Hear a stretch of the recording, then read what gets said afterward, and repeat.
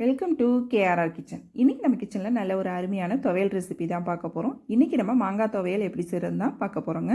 இந்த மாங்காய் துவையல் பார்த்திங்கன்னா நம்ம சாப்பாட்டில் போட்டு சாப்பிட்றதுக்கும் அருமையாக இருக்கும். அதே போல் சாப்பாட்டுக்கு சைடிஷாக வச்சு சாப்பிட்றதுக்கும் அருமையாக இருக்குங்க. அது மட்டும் இல்லாமல் இட்லி தோசைக்கு கூட இதை வந்து நம்ம சைடிஷாக வச்சு சாப்பிட்லாம். டேஸ்ட்டு ரொம்பவே அருமையாக இருக்கும். ரொம்ப ஈஸியாகவும் செஞ்சிடலாம். எப்படி செய்கிறது நம்ம வீடியோக்குள்ளே போய் பார்ப்போம். அதுக்கு முன்னாடி நம்ம சேனலில் இப்போ தான் ஃபஸ்ட் டைம் பார்க்குறீங்கன்னா சப்ஸ்கிரைப் பண்ணி வச்சுக்கோங்க. கூடவே பெல் சிம்பிள் ப்ரெஸ் பண்ணி ஆளுங்கிற ஆப்ஷனையும் ப்ரெஸ் பண்ணி வச்சுக்கோங்க. அப்போ தான் நான் போகிற வீடியோஸ் எல்லாம் உங்களுக்கு தொடர்ந்து நோட்டிஃபிகேஷனில் ஒன்றுக்கு ஒன்றே கிடச்சிக்கிட்டு இருக்கும். இப்போ வாங்க இந்த மாங்காய் துவையல் எப்படி செய்கிறதுன்னு பார்த்துடலாம்.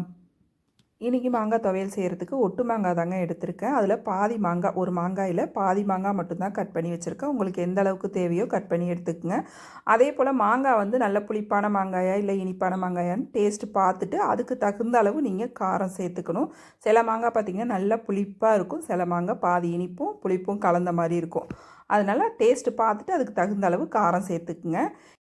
இப்போ துவையல் சேர்த்துக்க அடுப்பில் ஒரு கடாய் வச்சுருக்கேன். அதில் ஒரு 2 டீஸ்பூன் அளவுக்கு எண்ணெய் சேர்த்துருக்கேன். எண்ணெய் நல்லா காஞ்சதுக்கப்புறம் ஒரு 1.5 டீஸ்பூன் அளவுக்கு கடலைப்பருப்பு, 1.5 டீஸ்பூன் அளவுக்கு உளுத்தம்பருப்பு சேர்த்து இது நல்லா வறுபட்டுக்கிட்டோம். இப்போ 2 பருப்பும் பார்த்திங்கன்னா ஒரு பாதி அளவு வறுபட்டோன்னா இது கூட 2 டீஸ்பூன் அளவுக்கு வரமல்லி சேர்த்துருக்கேன். 1 டீஸ்பூன் அளவுக்கு கடுகு, ஒரு 1/4 டீஸ்பூன் அளவுக்கு வெந்தயம், அப்புறம் பார்த்திங்கன்னா 1 டீஸ்பூன் அளவுக்கு சீரகம் சேர்த்து எல்லாத்தையும் நல்லா பொன்னிறமாக வறுத்து எடுத்துக்கங்க. அடுப்பை வந்து ஃபுல்லாக சிம்மில் வச்சு வறுத்து எடுத்துக்கங்க. அப்போ தான் நல்லா ஒத்தாப்பில் வறுபட்டு வரும். இப்போ நான் காரத்துக்கு பார்த்திங்கன்னா ஒரு 7 வரமிளகாய் சேர்த்துருக்கேன். நீங்கள் உங்கள் காரத்துக்கு தகுந்த அளவு சேர்த்துக்குங்க.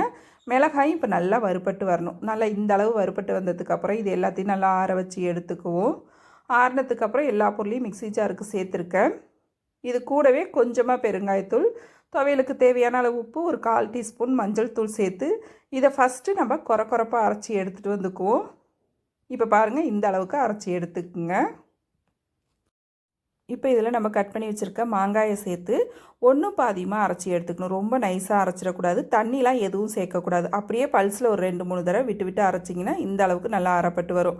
உங்களுக்கு பார்த்தாலே தெரியும் மாங்காய் ஒன்றும் பாதியமாக இருக்கிற மாதிரி இருக்குது பாருங்கள். இப்படி இருந்தால் தான் நம்ம சாப்பாட்டோடு சேர்த்து சாப்பிடும் போது டேஸ்ட்டு அருமையாக இருக்கும். இப்போ இதை வந்து ஒரு பாத்திரத்துக்கு மாற்றிக்கிறேன். தண்ணிலாம் எதுவும் சேர்க்காதீங்க. இப்போ இது எல்லாத்தையும் எடுத்து வச்சதுக்கப்புறம் இதில் வந்து ஒரு சின்னதாக தாளிப்பு கொடுத்துருவோம். அதுக்கு பார்த்திங்கன்னா ஒரு 2 டேபிள் ஸ்பூன் அளவுக்கு நல்லெண்ணெய் சேர்த்துருக்கேன்.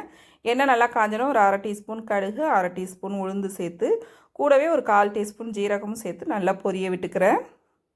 நல்லா எல்லாம் பொரிஞ்சதுக்கப்புறம் பார்த்திங்கன்னா ஒரு கொத்து கருவேப்பிலை, ஒரு வரமிளகாய் கிள்ளிட்டு வச்சுருக்கேன். அதையும் சேர்த்து நல்லா பொரிய விட்டுக்குவோம். இப்போ தாளிப்பை நம்ம அது துவையலில் சேர்த்து நல்லா கலந்து விட்டுருவோம். கலந்து எடுத்தோம் அப்படின்னா ஆந்திரா ஸ்டைலில் ஒரு சூப்பரான மாங்காய் துவையல் ரெடிங்க. நல்லா சாப்பாட்டில் போட்டு பிசைஞ்சு சாப்பிட்றப்ப ரொம்ப அருமையாக இருக்கும். அதே சமயம் நம்ம டிஃபன், இட்லி, தோசை கூட வச்சு சாப்பிடவும் ரொம்ப சூப்பராக இருக்கும். கண்டிப்பாக இந்த துவையல் ரெசிப்பியை நான் சொன்னது போல் ட்ரை பண்ணி பாருங்கள். ட்ரை பண்ணி பார்த்துட்டு எப்படி இருக்குன்னு எனக்கு கமெண்ட் பண்ணுங்கள். என்னோட இந்த ரெசிபி பிடிச்சிருந்ததுன்னா லைக் பண்ணுங்கள், ஷேர் பண்ணுங்கள். மறக்காமல் நம்ம கேஆர்ஆர் கிச்சனை சப்ஸ்கிரைப் பண்ணி வச்சுக்கோங்க. நாளைக்கு வேற ஒரு ரெசிபியோடு சந்திப்போம். தேங்க்ஸ் ஃபார் வாட்சிங்.